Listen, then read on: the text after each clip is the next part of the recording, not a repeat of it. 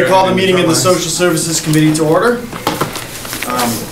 First thing is approving previous minutes. Motion. Second. Ms. Lockhart, all in favor? Aye.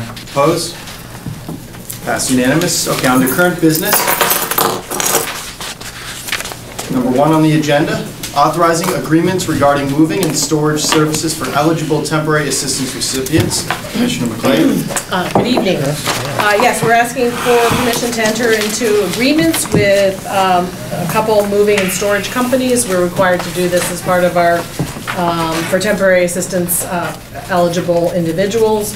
If they're moving, if they're homeless, if they've been evicted, they may need a place to store their belongings in the interim or move to a new facility. This is a new house.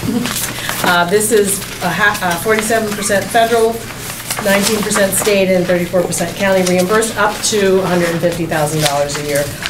All the reimbursement that we provide to the companies is mandated and set by the state. Thank you. Are there any questions from the committee? Okay, hearing none, motion to approve. Motion. Second. All in favor? Aye. Opposed? Passed unanimous. Okay, number 2 on the agenda, authorizing an agreement with Equinox Inc. regarding residential domestic violence services.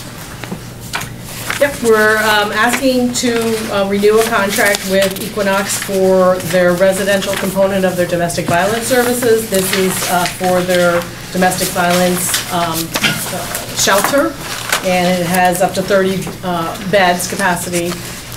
We're required to contract with at least one shelter for domestic violence victims, and they provide this service for the county. This is up to $700,000. We pay a per diem per person for this shelter. And this is federal 20% reimbursed, state 27%, and county 53% reimbursed. Thank you. And how much was the per diem per person again? It's $93.35, I think it is. Where is it? It's in here. Ms. Lockhart? Commissioner, is this for Marillac or is this for the safe houses? This is for the Equinox Domestic Violence Shelter. That shelter itself, okay. Which is a confidential location. Right, yes. okay. 93, 92. Might as well be mine before, but I don't know. Any other questions from the committee? I'll make the Motion approved. Ms. Lockhart, second. Mr. Cow, all in favor? Aye. Opposed? Passed unanimous. Thank you, Commissioner. Number 3, authorizing an agreement with Steuben County Department of Social Services regarding non-secure detention services. Commissioner Hagan. Good evening, everyone. The department requests approval to enter into a contract with Steuben County for their non-secure detention services. The county does have a contract with Berkshire to also provide non-secure detention services.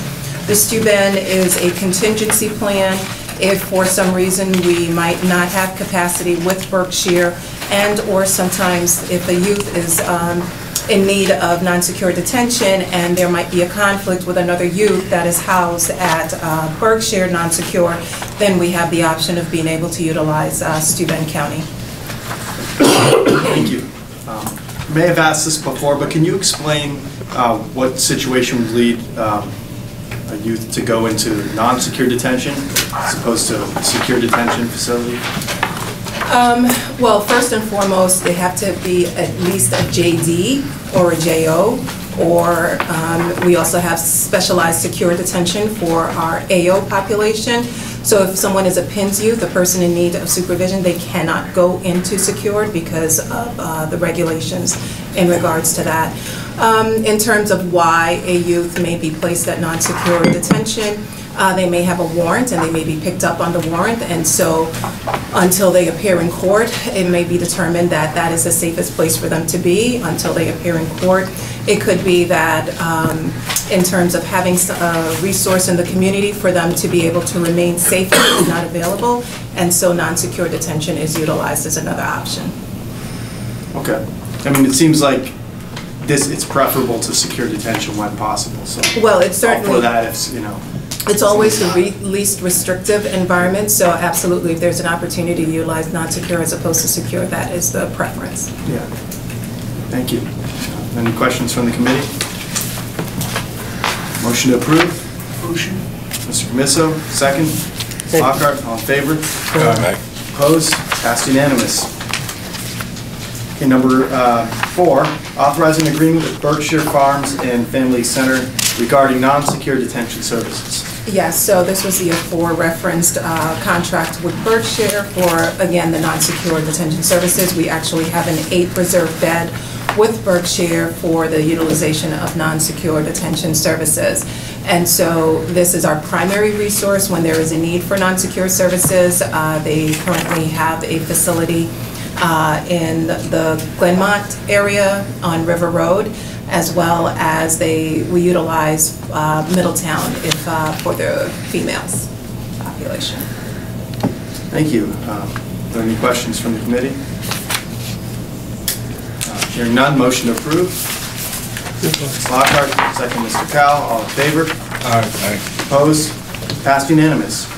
Okay, number 5, authorizing an agreement with Berkshire Farm Center and Services for Youth regarding the provision of specialty prevention services for the Focus on the Future program.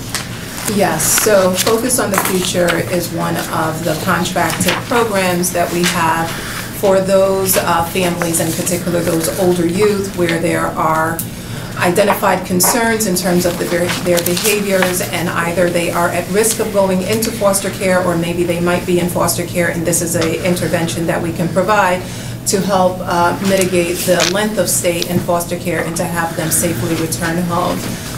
We've had success with this Focus on the Future because it is targeted towards the older youth, and so it really engages them in terms of their interests, in terms of educational pursuits, vocational pursuits, as well as recreational. And it's also of value because if a parent or guardian in the household could also benefit from those services, they are able to work with them as well. Okay, thank you. Are there any questions from the committee? Hearing none, motion to approve. Mr. Cowell, second. Mr. Reinhardt, all in favor? Aye. Opposed? Passed unanimous. Number 6 on the agenda, authorizing an agreement with St. Anne Institute regarding the provision of specialty prevention services for the sex abuse prevention program.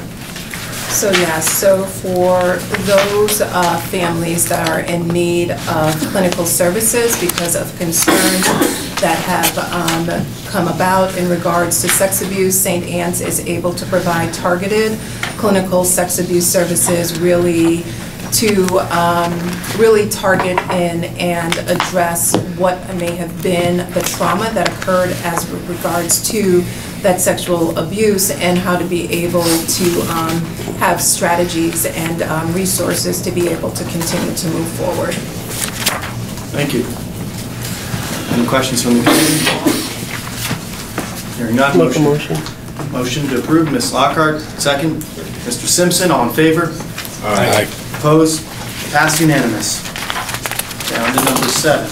Authorizing agreement with St. Anne Institute regarding the provision of specialty prevention services for the juvenile sex offender program.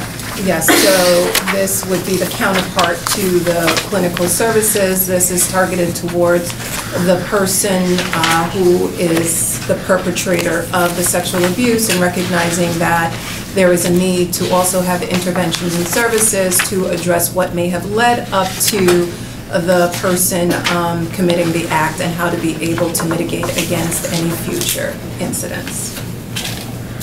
Is this for adults who commit the act, or This is children? for the juveniles. This is for children. children who commit. Youth, because they're usually Youth little, who yes. commit the act.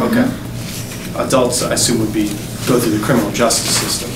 Oftentimes, that is the route, or some other community-based service that might be available to them, correct? Okay. Up to what age? Up to what, for this? Yeah. Up to the age of 18. Are there any questions from the committee? Hearing none, motion to approve. Ms. Lockhart, second. Mr. Simpson, all in favor? Aye. Opposed? Passed unanimous. Number 8, authorizing agreement with St. Catherine Center for Children regarding the provision of specialty prevention services. Yes, so this is one of the two contracts that we have for parent care, and this is really targeted towards families where there are developmental or cognitive delays, recognizing that just because someone has a cognitive delay doesn't mean that doesn't mean that they're not able to parent. It just means that maybe with the extra support and resources, then that provides them the ability to be able to safely parent their children. And so St. Catherine's is one of the agencies that we contract with to provide that additional support and resource. Thank you. Are there any questions? Hearing none, motion to approve. Mr. Chow, second. Mr. Reinhardt, all in favor? Aye. Opposed? Passed unanimous. Okay, number 9 on the agenda, authorizing an agreement with Community Maternity Services regarding the provision of specialty prevention services. So this would be the other agency that we contract with to provide the service, again, for those parents or guardians that have a developmental delay or cognitive delays. Again, it's really about, the goal is to be able to keep families together, and we can. And so if this additional support and resource will facilitate that, then that is the goal. Thank you. Are there any questions from the committee? Motion to approve. Ms. Lockhart, second. Mr. Canisso, all in favor? Aye. Opposed? Passed unanimous.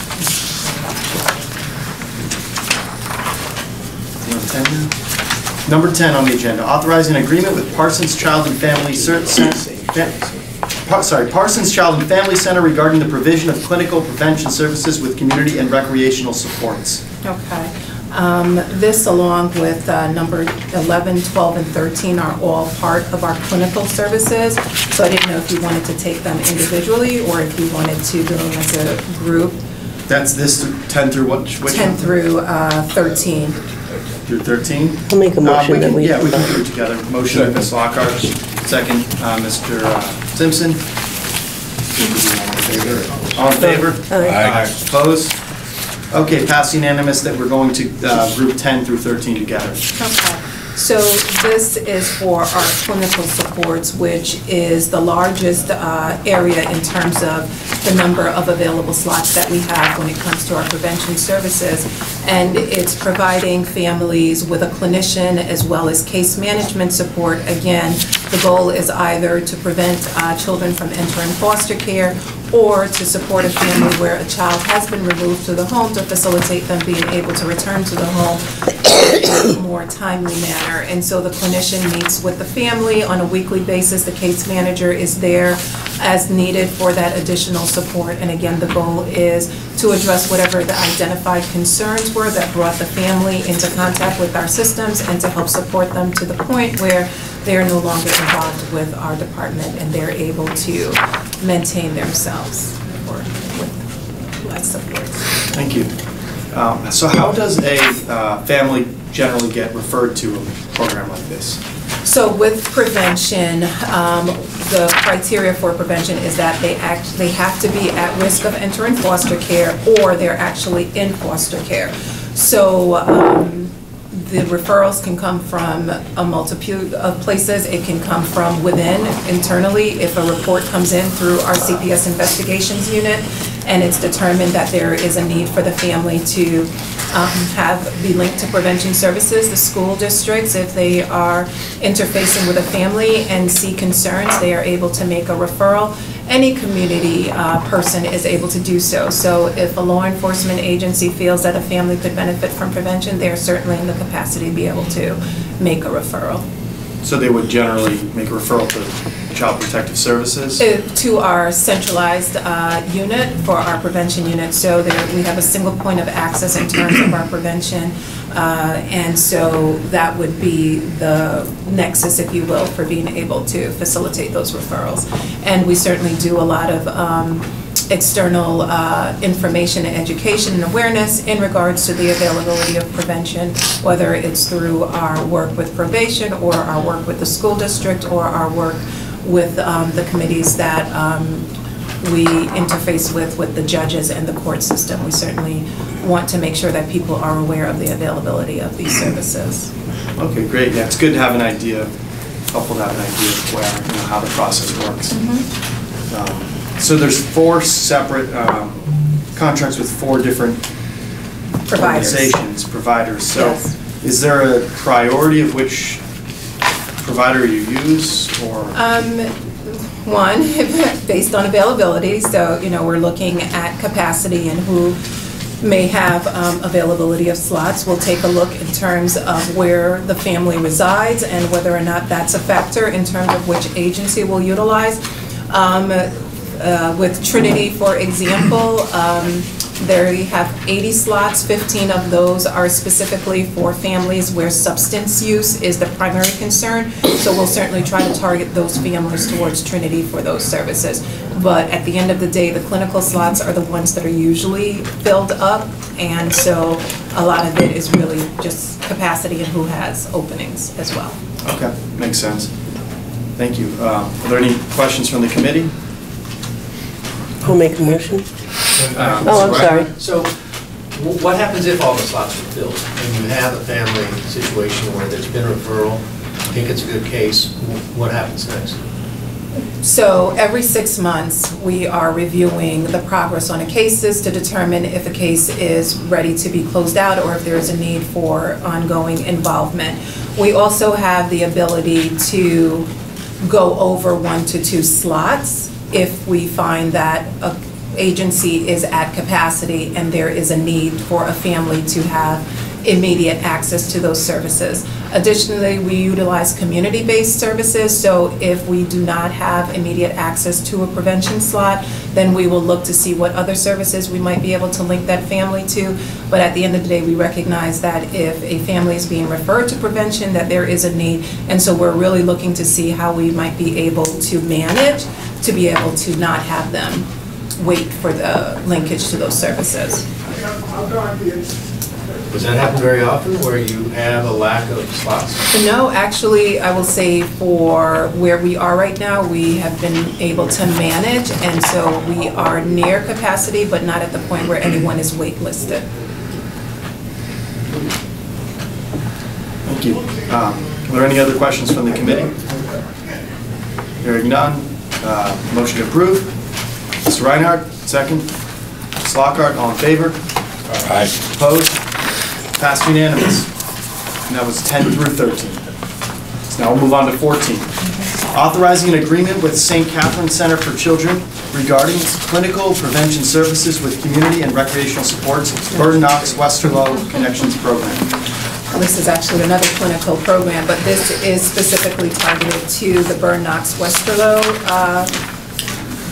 area of our community. So again, when we talk about being part of the effectiveness of the services is being able to engage with the families and having them being actively participating with the services and recognizing some of the challenges that may come when a family resides not in the immediate Albany City area, that we want to be able to have services available to families that may not, where accessibility in terms of transportation or just being able to get to the services, we don't want that to be a barrier. So we do have a contract with St. Catherine's, and they're based in the Burton Knox Westerlo area to be able to meet the needs of those families in those areas.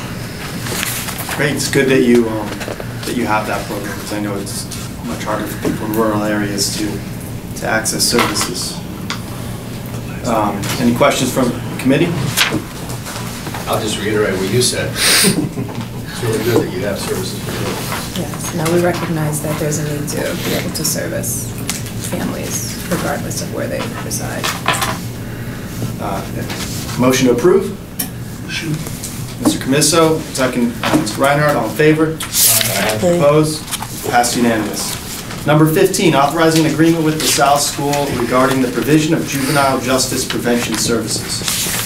Yes, so this is for the Juvenile Reporting and Family Center. So these are for youth that are either at risk of detention or at risk of placement. And the idea is to be able to provide programming, especially in those acute hours after school between 3 and 6, where there is more of a likelihood for engaging in behaviors that are not always positive. And so being able to provide a program where they're able to go to get structured programming, some counseling, some mentoring, and some recreation, we found that to be of value in terms of not having them continue to penetrate further into the juvenile justice system, and really being able to present this as an option to the judges before looking to consider detention or placement.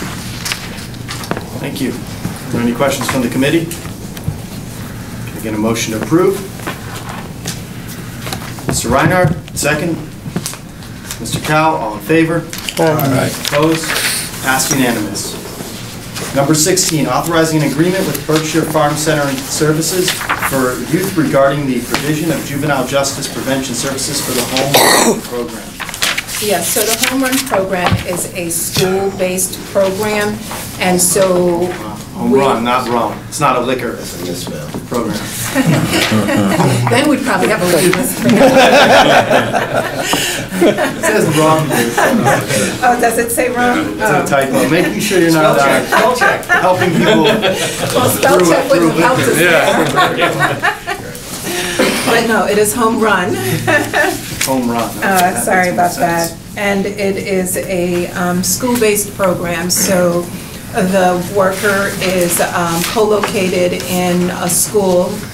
We are based right now in the Albany City School District, as well as in Ward of Elite, North Colony, as well as Green Island, and Cohoes. And the idea is really looking at families where truancy might be one of the challenges and the concerns, and so by having someone who's co-located in the school, they're able to have much more accessibility in terms of the youth that might have a challenge with truancy, being able to interface with them, as well as engaging with the family.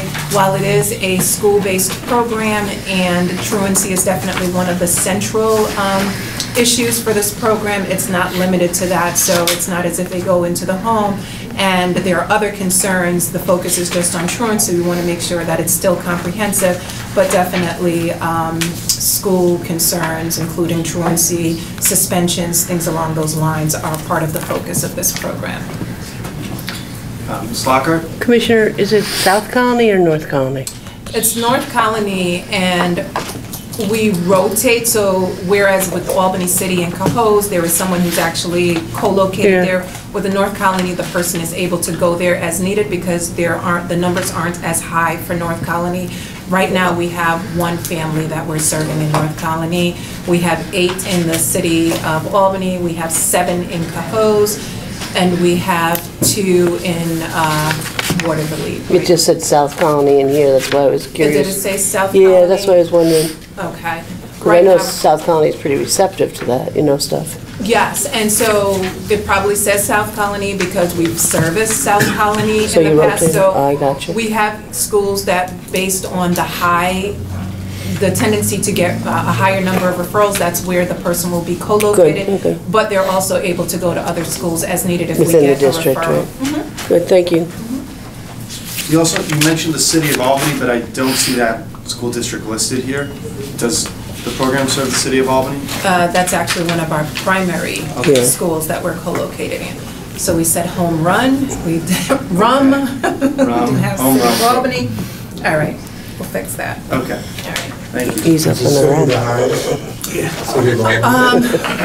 Right now, between the city of Albany and Cohoes, we're kind of running neck and neck. 87.